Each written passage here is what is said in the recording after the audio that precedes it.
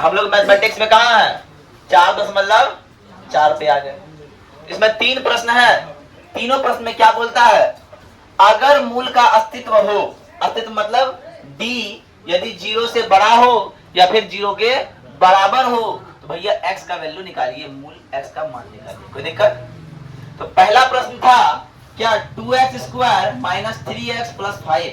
तो हमने 2x square minus 3x plus 5 लिया और मैं जानता हूं, क्या जानता हूं कि x स्क्वायर का पड़ोसी a होता है और x का पड़ोसी b होता है, और जो अकेले रहता है उसको क्या बोलते हैं, रिकॉर्ड हो रहा है पूरा अच्छे से, ठीक है।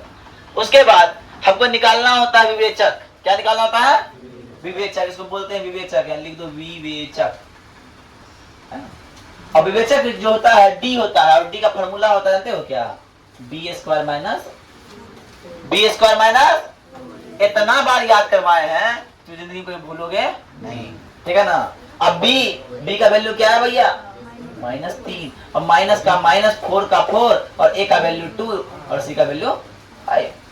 3 का स्क्वायर 9 होता है, 4 पंच 20 दुना 40, घटता है निकलता है -31।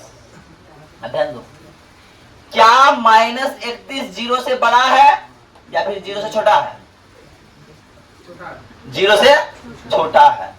अब जो 0 से छोटा है इसका मतलब d 0 से छोटा है, और d जब 0 से छोटा होगा तो मूल का अस्तित्व नहीं होगा, और जिसका अस्तित्व होगा ही नहीं उसका वैल्यू निकलेगा ही नहीं। बात क्लियर? अब दूसरा नंबर पे आते हैं। दूसरा नंबर प्रश्न है क्या है कि 3x square minus 4√3x plus 4 बराबर 0। a का वैल्यू 3 हो गया, क्योंकि 3x स्क्वायर के बगल में है और x के बगल में क्या है 4√3 है ना, ये x नहीं होगा है ना, और c क्या है, c 4 है। कोई दिक्कत? अब हमको निकालना क्या है, विवेचक d निकालना है। d का फॉर्मूला पता है क्या फॉर्मूला है, बी स्क्वायर माइनस 4ac। भैया b का वैल्यू क्या है, -4√3 माइनस 4 गुना 3 गुना 4 है ना, 4 का 4 हो गया, a का वैल्यू हो गया 3 और c का वैल्यू हो गया 4। अब 4 का स्क्वायर क्या होगा, 16 होगा, और √3 का स्क्वायर 3 होगा, और 4 चौका 16 दिया 48 में 48 गया, 0 हो गया। इसका मतलब d बराबर क्या है, 0 है, और d बराबर जब 0 भी हो तो मूल का अस्तित्व होगा, और जब मूल का अस्तित्व होगा तो x का वैल्यू निकलेगा। लेकिन इस स्थिति में x का फॉर्मूला क्या लिखाए थे, याद करो, x का फॉर्मूला लिखाए थे -b/2a, और दोनों वैल्यू x का हम जब द्विघात तो वैल्यू निकलेगा, लेकिन दोनों वैल्यू कैसा निकलेगा, सेम निकलेगा। तो सर क्या कर दिए, माइनस का -b का मान रख दिए और 2 का 2 3 का मान रख दिए। जब करते हैं 4√3/6 करता है 2/3 में, और 2√3/3 होता है, और √3 से √3 बार में 3 कट जाता है तो बचता है 2/√3। अब यहाँ x का वैल्यू 2/√3। तुम बोले सर 1 के मान है तो यहाँ 2 का है लिखे, क्योंकि 2 को वैल्यू लिखना पड़ेगा, काहे कि द्विघात समीकरण है। जैसे द्विघात हुआ x का वैल्यू कितना निकलेगा, 2 निकलेगा, इसलिए दोनों वैल्यू समान निकलेगा। काहे समान निकलेगा, d का मान क्या है यहाँ पे 0 है। और जब एक प्रश्न भी आता है यदि d का मान समान हो तो मूल है ना, d का मान समान हो तो मूल होंगे कितने, फिर भी मूल 2 ही होगा। बच्चा कंफ्यूज रहता है क्यों मूल होगा, है ना, मूल कितना होगा 2 ही होगा। तीसरा नंबर बताते हैं। देखिए x का पड़ोसी a हो गया, x का पड़ोसी b हो गया, और जो अकेले है c हो गया।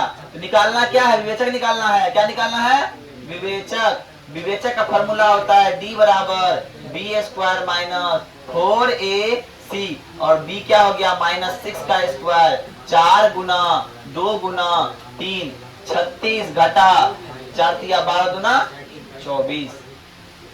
कितना बचता है जी, 9 बचता है। कितना बचता है, 12 बचता है। हाँ, तो 12 बच रहा है। जब 12 बच रहा है तो d क्या हो गया, 0 से बड़ा हो गया है, तो मूल का क्या होगा, मूल का अस्तित्व होगा। और जब मूल का अस्तित्व होगा, और जब मूल का अस्तित्व होगा तो x का फॉर्मूला क्या होता है? x का फॉर्मूला क्या होता है जी? x का फॉर्मूला होता है minus B plus minus root under D बटा,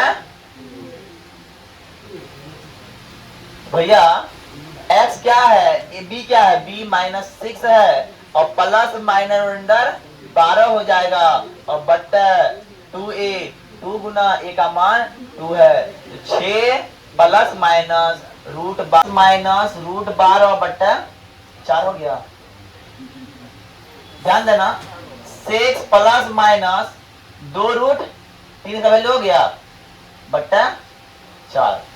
अब दोनों में कॉमन क्या आ रहा है? 2 कॉमन आ रहा है तो 3 का 3 में 2 बार में प्लस माइनस रूट 3 बट्टा 4।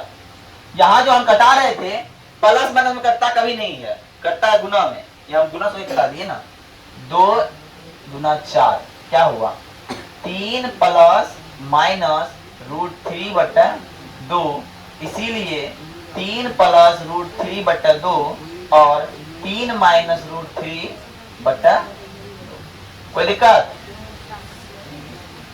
अरे देखो कभी कभी होता है क्या लग रहा है, निम्न में k का मान ज्ञात कीजिए यदि जब दोनों मूल क्या हो, बराबर हो। हमको पता है दोनों मूल बराबर तब निकलता है जब विवेचक d का मान 0 हो। क्या हो? बताया बात, बताया कि नहीं? यदि d बराबर